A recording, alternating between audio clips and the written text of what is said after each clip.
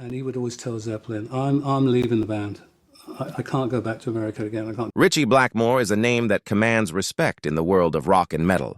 As the legendary guitarist behind Deep Purple and Rainbow, his riffs, solos, and unmistakable style have influenced generations of musicians.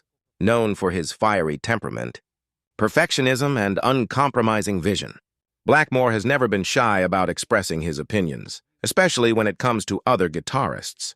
At 80, Blackmore has finally opened up about the 8 guitarists he truly hated, the ones whose style, attitude, or approach grated on him so intensely that he couldn't conceal his disdain. These aren't just casual criticisms.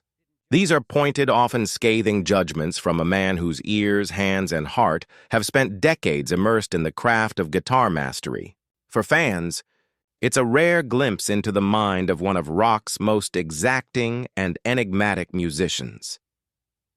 Understanding Blackmore's perspective requires a deep dive into his world. A world where technical skill, originality, and musical integrity are non-negotiable. In his eyes, mediocrity is unforgivable, arrogance is intolerable, and commercialism can be an affront to the art. The 8 guitarists he singled out represent everything he could not tolerate, artists who, in his view, fell short of the standards he set for himself and for rock music as a whole. Ritchie Blackmore's reputation as a legendary guitarist comes with a side of intensity and exacting standards. Over decades of playing with Deep Purple, Rainbow, and in solo projects, he developed a unique approach to guitar, a combination of classical-inspired melodies, lightning-fast riffs, and relentless precision. For Blackmore, guitar playing isn't just a skill, it's an art form. So naturally, not every guitarist earned his respect. At 80, Blackmore finally revealed the names of the 8 guitarists he hated the most, starting with the first 2 on his list, musicians who, in his eyes, represented everything he despised in rock guitar. The first, according to Blackmore, was someone he considered overly flashy but lacking substance. While many guitarists focus on speed, showmanship, or technical trickery, Blackmore values precision, creativity, and emotional depth above all else. In his view, this guitarist relied on spectacle rather than skill, prioritizing audience applause over musical integrity. For Blackmore, that approach was unforgivable. He recalled a performance where this guitarist showed off with flashy solos that, in Blackmore's words, sounded impressive but were empty. For someone who meticulously crafts each riff and solo, witnessing what he considered hollow technique was not just annoying, it was infuriating. The disdain was less personal and more philosophical. To Blackmore, the guitarist represented the commercialization of talent, a symptom of a music industry increasingly obsessed with appearances rather than artistry. The second guitarist on Blackmore's list was someone whose style clashed directly with his musical sensibilities. While Blackmore's approach integrates classical motifs, precise timing, and dynamic phrasing, this musician favored chaotic improvisation and uncontrolled technique. Blackmore described it as noise pretending to be music, a philosophy that challenged everything he believed a guitarist should embody. In interviews, he admitted that even listening to this guitarist's work was often physically irritating because it violated his sense of structure and discipline. What makes Blackmore's critiques fascinating is how personal they feel without being petty. He doesn't attack musicians for popularity or commercial success. Instead, he judges them based on artistry, taste, and commitment to the craft.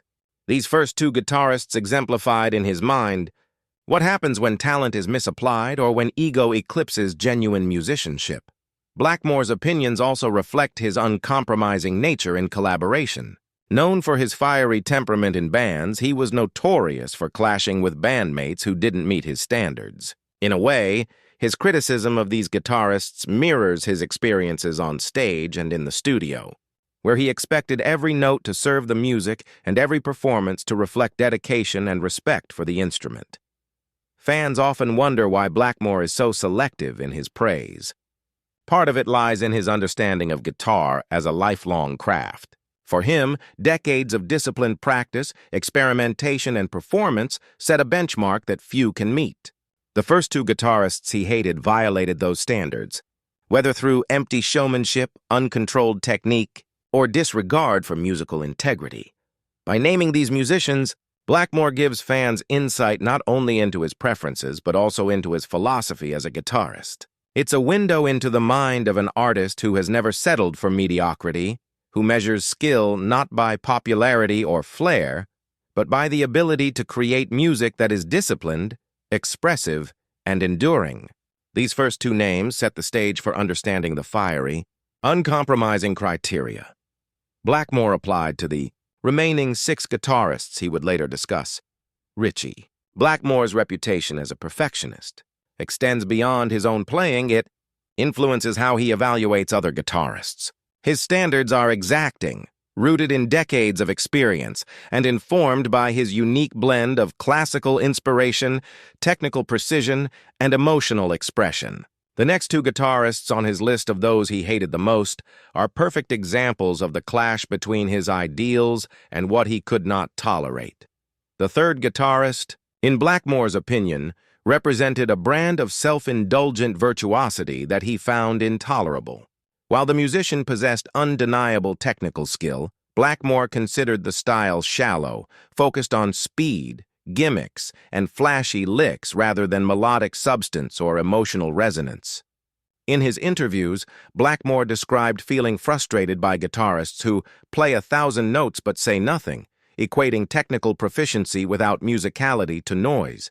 This guitarist, though celebrated in some circles, epitomized the pitfalls of prioritizing showmanship over meaningful composition. Blackmore recalled hearing the musician perform live, where the emphasis on rapid-fire solos overshadowed the songs themselves. To him, it wasn't just irritating, it was an affront to the craft of guitar playing. He explained that a guitar solo should enhance the music, not exist solely to showcase ego. In his mind, this guitarist violated that fundamental principle, turning the instrument into a tool for self-promotion rather than expression. The fourth guitarist on Blackmore's list brought a different kind of frustration: inconsistency. While talented, this musician lacked discipline, often improvising without purpose or structure. Blackmore, who meticulously constructs riffs and harmonies, found it impossible to appreciate a player who seemed to treat music as a casual exercise rather than a serious art form. He described listening to recordings from this guitarist as jarring and painful to someone who values control and precision. Both of these guitarists, though stylistically distinct, share a common thread in Blackmore's critique: a failure to respect the instrument and the music. The third guitarist's problem was vanity and flash. The fourth's was a lack of discipline and consistency. For Blackmore, mastery of the guitar is not just about talent. It's about dedication, refinement, and respect for both technique and emotion. When those elements are missing, the result is frustration for him, and, in his view, a betrayal of what guitar playing should represent. These judgments also reflect Blackmore's broader philosophy on music. Unlike many musicians who judge peers primarily by popularity or influence, he evaluates based on artistry. His disdain isn't about personal animosity, it's about principles. Every note, every phrasing, every improvisation is a reflection of the guitarist's integrity. Those who fail to meet his standards risk his scorn, regardless of fame or acclaim. By identifying these two guitarists as among the 8 he hated most, Blackmore is giving fans a rare window into his mindset. It reveals a musician who has spent a lifetime honing his craft, setting a benchmark for excellence that few can meet. It also underscores his uncompromising nature, a refusal to accept mediocrity, superficiality, or lack of discipline in the art form he has dedicated his life to mastering. As we explore the remaining guitarists on Blackmore's list, the pattern becomes clear. Each name represents a violation of his personal philosophy, a breach of standards he holds sacred. The third and fourth guitarists illustrate two of the most fundamental offenses in his eyes: ego without substance and talent without discipline. For Blackmore, those failings are unforgivable, shaping his enduring legacy as a musician who demanded nothing less than excellence from himself and from others. By the time Ritchie Blackmore reached the midpoint of his list, it was clear that his criteria for disliking other guitarists went far beyond mere rivalry or jealousy. The fifth and sixth guitarists he named were respected and influential in their own right, but to Blackmore, they embodied qualities that clashed with everything he valued about musicianship. The fifth guitarist, Blackmore explained, was someone whose public persona overshadowed their musical contributions. While undeniably talented, this musician projected arrogance and ego, prioritizing image over artistry. Blackmore, who has always been intensely private and disciplined in his approach, found such theatrics insufferable. "I've never understood why someone would let their ego lead the music," he once said. To Blackmore, the essence of guitar playing lies in devotion to craft, not in self-aggrandizement. Witnessing this guitarist perform was, in his words, like watching a show with no soul behind it. The frustration stemmed not from envy but from principle. Blackmore respects innovation, creativity, and technical mastery, but he demands that these qualities serve the music rather than personal glorification. This guitarist, although celebrated by fans worldwide, violated that principle, and Blackmore's disdain was unwavering. The sixth guitarist represented another type of irritation entirely. A player whose style was chaotic and inconsistent, bordering on reckless. Blackmore values precision, timing, and emotional expression in every note, and this musician's approach clashed with that ethos. According to Blackmore, improvisation without thought or structure is not music, it's random noise. He recounted witnessing live performances where the guitarist's solos lacked direction, leaving songs feeling disjointed and hollow. Interestingly, both of these guitarists were highly influential in the rock scene, admired by millions for their technical skill or charisma. Yet Blackmore's perspective illustrates a fundamental truth about him. He judges based on artistic integrity rather than popularity. Talent alone is insufficient. Discipline, intent, and respect for the music are equally critical. When these qualities are absent, even the most celebrated musician earns Blackmore's ire. The contrast between these two guitarists also highlights the dual nature of Blackmore's philosophy. The fifth guitarist offended him through ego and superficiality, while the sixth offended him through chaos and lack of control. Both, however, violated his core belief that guitar playing is a marriage of skill, emotion, and purpose. Without that, the performance becomes meaningless in Blackmore's eyes. These insights also reflect his own approach to music. Known for his meticulous riffs, precise solos, and ability to blend classical influences into rock, Blackmore has always demanded excellence in himself and others. Naming these two guitarists on his hated list isn't about bitterness. It's a statement about the standards he holds sacred. The intensity of his opinion underscores the seriousness with which he approaches music. It's not entertainment alone. It's craft, discipline, and expression. For fans, these revelations are fascinating. They provide a glimpse into Blackmore's mindset, revealing a musician who is not only talented, but uncompromising in his judgment of others. They also offer lessons on artistry. Even the most skilled performers can be criticized if they neglect the fundamentals of respect, discipline, and emotional honesty in their craft. As we move to the final two names on Blackmore's list, it becomes clear that each choice reflects a distinct grievance, a violation of the musical code he has lived by for decades. The fifth and sixth guitarists may have dazzled audiences, but to Blackmore, they failed the true test, playing with integrity, precision, and soul. These mid-list selections set the stage for the final chapter, where the last two guitarists represent the ultimate affronts to everything Ritchie. Blackmore values in guitar mastery Ritchie. Blackmore's list of the 8 guitarists he hated most reaches its climax, with the 7th and 8th names, musicians who, in his eyes, represented the ultimate violations of his musical principles. These two were not merely annoying or inconsistent. They embodied everything he found intolerable in guitar playing: ego without artistry, flash without substance, and chaos without discipline. The 7th guitarist was someone whose technique, while technically impressive, lacked soul. Blackmore has always argued that guitar playing is more than speed and accuracy. It is a medium for expression. Watching this guitarist perform, he felt, was like observing a machine. flawless, but emotionally hollow.